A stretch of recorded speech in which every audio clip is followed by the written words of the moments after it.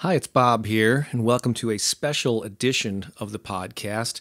On this one, I'm going to do away with the usual theme music and plugs to subscribe and all that stuff and just deal with the issue at hand. So I'm recording this on a Monday, the day after what I think is the worst or the largest mass shooting in U.S. history. Very sad day. A lot of people are understandably upset and horrified. So I wanted to take this opportunity to address an issue that I'm sure is on the minds of a lot of my readers and listeners. And that is, how do we respond to tragedies like this as artists, as musicians, as creative people? Because no matter where you are in your creative career, you probably have a following of some sort. You might have live events. And so what do you communicate with them? How do you address these sad, ever-occurring issues? And so what I'm going to do is read from a blog post that I originally wrote back in 2013, right after the Boston Marathon bombings. And unfortunately, I've had to update it many times over the years as these tragedies seem to be more and more commonplace. But I've never communicated it in audio or video form, and it seemed like as good a time as any. So I'm just going to read from this blog post and see what comes out here. So when tragedy occurs, we are all affected in some manner. We each have different ways of reacting to and coping with disturbing displays of senseless violence. Don't natural disasters like hurricanes and earthquakes wreak enough havoc on our lives? Why would certain individuals be so hard-pressed to ruin the lives of innocent people? So what can we do about it? And as an artist with a fan base to speak to, what can you do about it? You may feel helpless. Should you do anything at all? Only you can answer that, but here are a few options that I encourage you to consider. One, if you're a musician or songwriter, write a song about it. If you're a writer, write a blog post or a poem. If you're a playwright, create a stage play or a short scripted piece. So here's the thing, you're an expressive being. That's why you became an artist. So put that creative sensitivity to good use and channel your confusion and emotions into a song or some other creative offering. The song can be an obvious or not so obvious reference to whatever the current tragedy is. At the same time, a song inspired by such an event doesn't have to be sad or political or only about loss. It can also be about the care and helpfulness on display by the majority, let me stress that, by the majority of people when bad things happen. Human beings have this uncanny ability to rise to the occasion when things go wrong. So choose an aspect of the tragedy that resonates with you and write about it. So doing that alone can be therapeutic for you. Even if you never let anyone else hear or read whatever you created. But if you decide it's worthy of public consumption, share it. Your song or poem just might touch and help a lot of other people.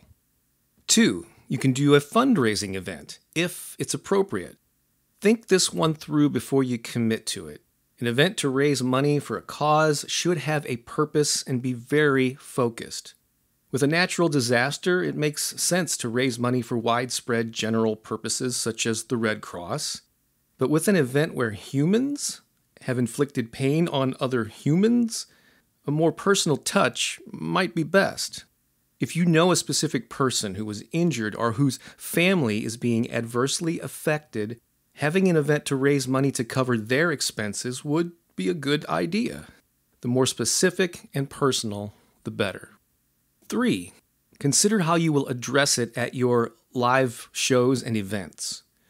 In the week following any particular tragedy, you should think through how and if you will mention it when you perform in public. And if you do bring it up, in what context will that be? Here's my 2 cents.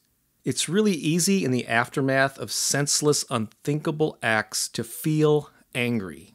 It might seem like a great outlet to vent your frustration by lashing out at whoever did this.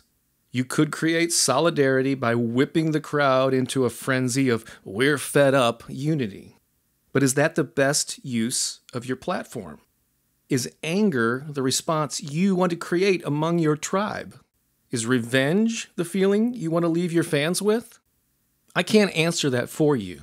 Only you can. But another option to consider is focusing on the goodness of people that is on display in horrific situations. Consider the mass of people who usually race to help those in need in any tragic situation.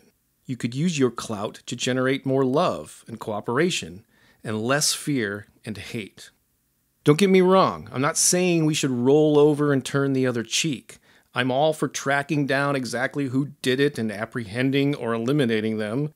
But if I'm not in a position to do that myself, focusing on anger and frustration doesn't do me or anyone any good. And I'm not saying that you shouldn't be an advocate for new laws or who you elect to represent you. I'm just saying, how are you going to communicate this through your art? How are you going to speak to your existing fan base? Again, it's your call, but I suggest you take a breath and get clear before expressing your views on tragic events, now and in the future, because sadly, these things will probably continue to happen. Number 4, consider how you will reference the event online, on social media, and by email. The same sentiments I expressed in the previous section apply to your online and electronic communication with your fans. Think about the ultimate message you want to convey and the real feeling you want to leave people with.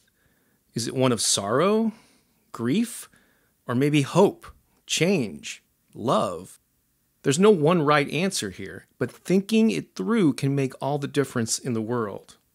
I think the main point I want to make here is that when you react or communicate from a place of frustration, anger, heated emotion, it's not always the ideal long-term message that you want to send. So let me sum it up this way. When you're an artist with any amount of a fan base at all, I think you have a responsibility. Your words matter. People care what you think.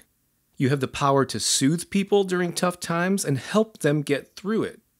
So don't take that power lightly, and just give some serious thought to what's the best way to address these things. How can you use your gifts and talents to not only express your own feelings about it, but to impact the lives of the people that your art, that your music touches? That's the main thing I wanted to communicate with you today. So I hope wherever you're listening from today, that you're safe, that you're sound, and that my words might make you feel a little bit better how to process all the stuff that's going on in our world today. As always, I want to thank you for expressing your creativity and sharing your gifts with the world. I'm Bob Baker, saying so long for now.